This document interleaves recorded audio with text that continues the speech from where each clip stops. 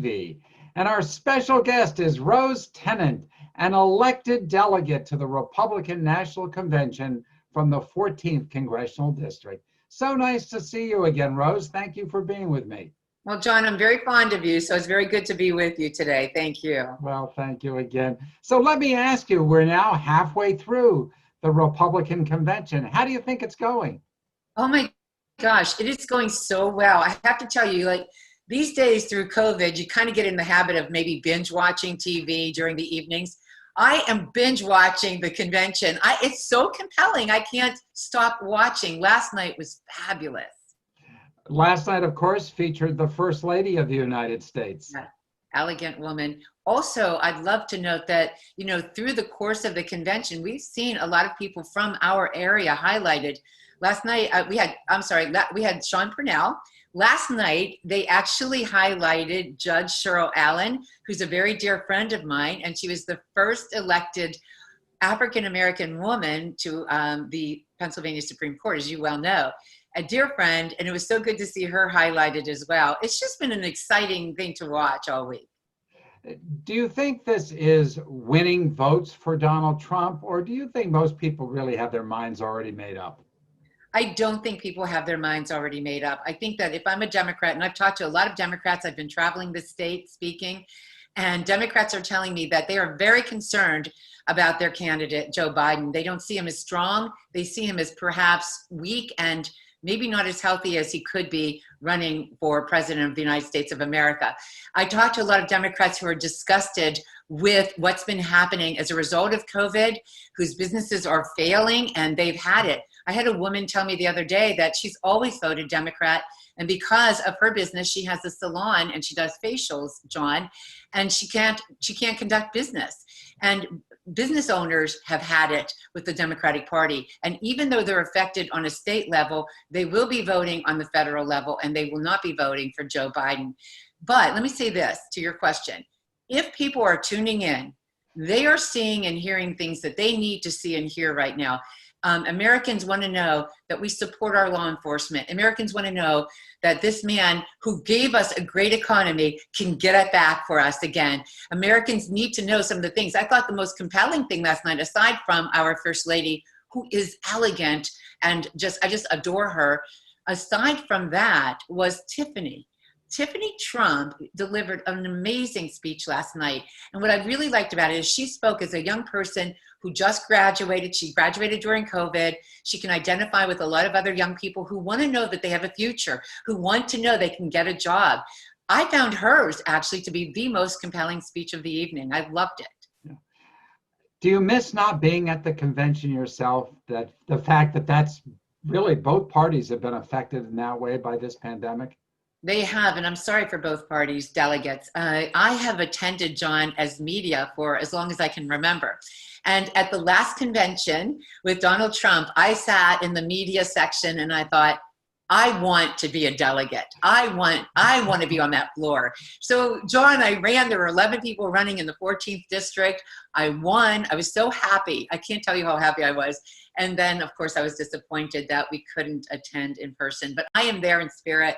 And I support this president 100%. Well, I know your feeling because I've covered conventions for decades, and I've always been way up high in those skyboxes. Yes. And I know you wanted to be right down on the floor. I did. I can relate to that. So let me ask you, Rose, what do you think are some of the big issues that will impact how people vote here in Western Pennsylvania? I think that in Western Pennsylvania, I think a lot of people are really concerned still about the economy. They want to know that, and we've seen that he's actually been able to turn things around already after the COVID experience. And I think that people need to know that things are going to continue to go back to where they were. We had the lowest numbers of unemployment for so many groups of people, for women, for youth, for African American, for Hispanics.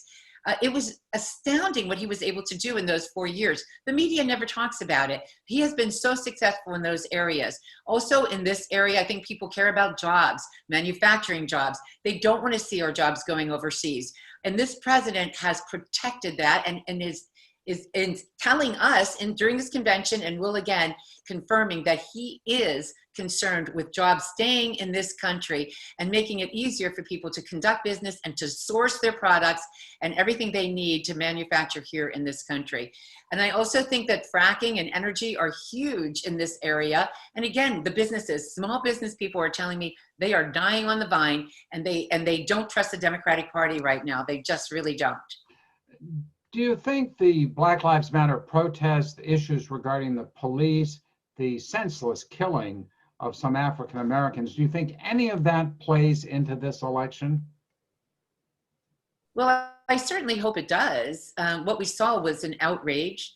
And so many of us, you know, I've had people like Diamond and Silk and Judge Cheryl Allen on with me on my podcast. So many of us care so very deeply about any abuse that happens, particularly in the African American community.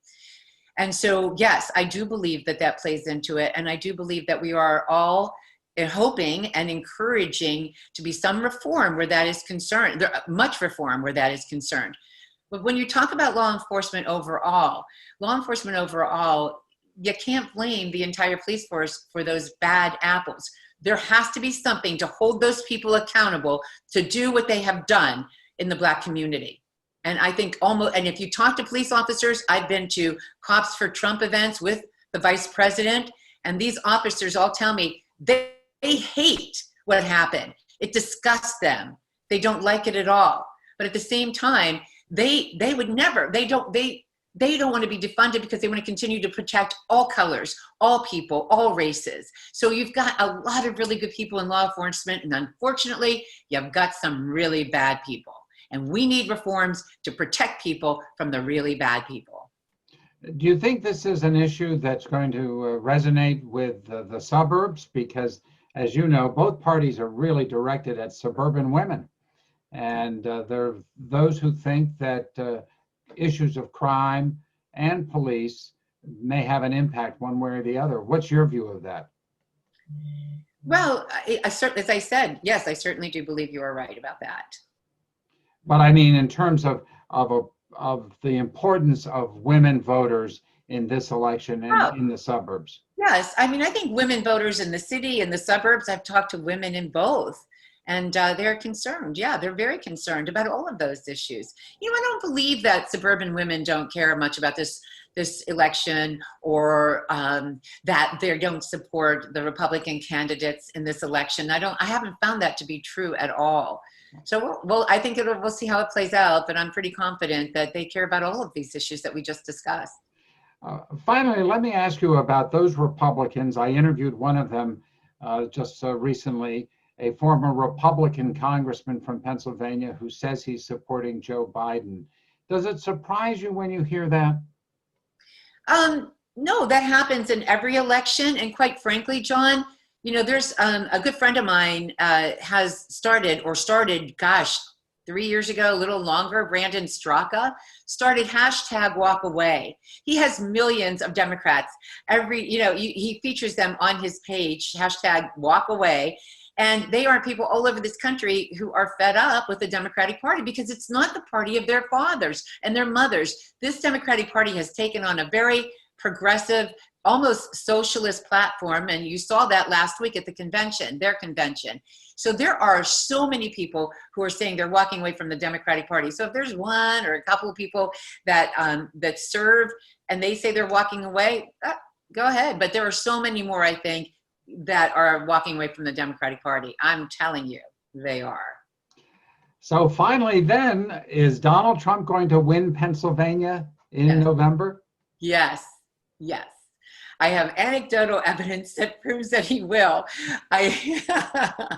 But all seriousness, I do believe he's going to win because I have talked to different groups of people all over the state, business owners in particular, women also. You know, it's astounding the support that I'm seeing, and having women come up to me or business owners say, I've always voted Democrat and I am not doing it this time. So I think that unfortunately people like Governor Wolf did not help Biden in this election in this state. Probably not in the other blue states. Well, Rose Tennet, it's always a delight to talk to you. Thank you so much for spending time with me today. I really appreciate it. John, you're a doll, and thank you so much for having me. I appreciate that. Thank you again. Hi, I'm John Delano, political editor at KDKA TV. And our special guest is Sue Means, who is an alternate delegate to the Republican National Convention. Sue, it's so nice to be with you. Thank you again for talking to me. Oh, thanks for inviting me. So have you had a chance to watch all of the conventions so far this week?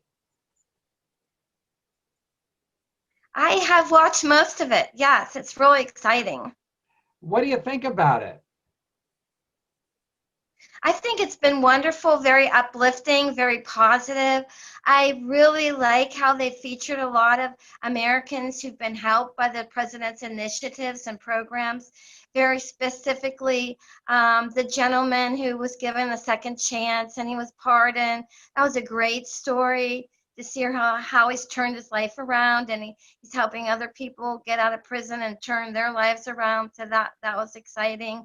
I loved hearing about school choice, and the whole pandemic has really made us forget that President Trump's having a great successes in the war against drugs and the opioid crisis, and that it's bringing back all these wonderful positive things that he's accomplished and all the thousands of people he's really helped. I also really love bringing up the opportunity zones. John, did you know there's 71 opportunity zones in Allegheny County and 68 in the city of Pittsburgh? Places where people, where businesses are encouraged to come and build their business there so people can have jobs. Because President Trump understands that people want jobs, not handouts. And if they have hope and then they do better in their lives, and if President Trump helps the weakest among us become strong and independent, then it makes us all stronger. So I just love the positive message. Well, speaking of Pittsburgh, as you just did with the opportunity zones, did you catch that Eric Trump mentioned Pittsburgh last night in his speech? When he referred. Yes, I did. Yeah, what did you think of all that? I thought it was great. I thought it's great. We're on national news and we're making the convention. Pittsburgh's in the president's sights to help Pittsburghers do better and bring those opportunity zones forward. He also knows that Western Pennsylvania is key to his victory. I wanted to ask you about that because as a former county councilwoman and a veteran Republican Politico, let me ask you to put on an analyst hat here. How important are the suburban communities, and maybe in particular suburban women, to Donald Trump's reelection? Well, I think definitely women are important, and I think definitely women are for Donald Trump. Wherever I go, women are telling me they're voting for Donald Trump.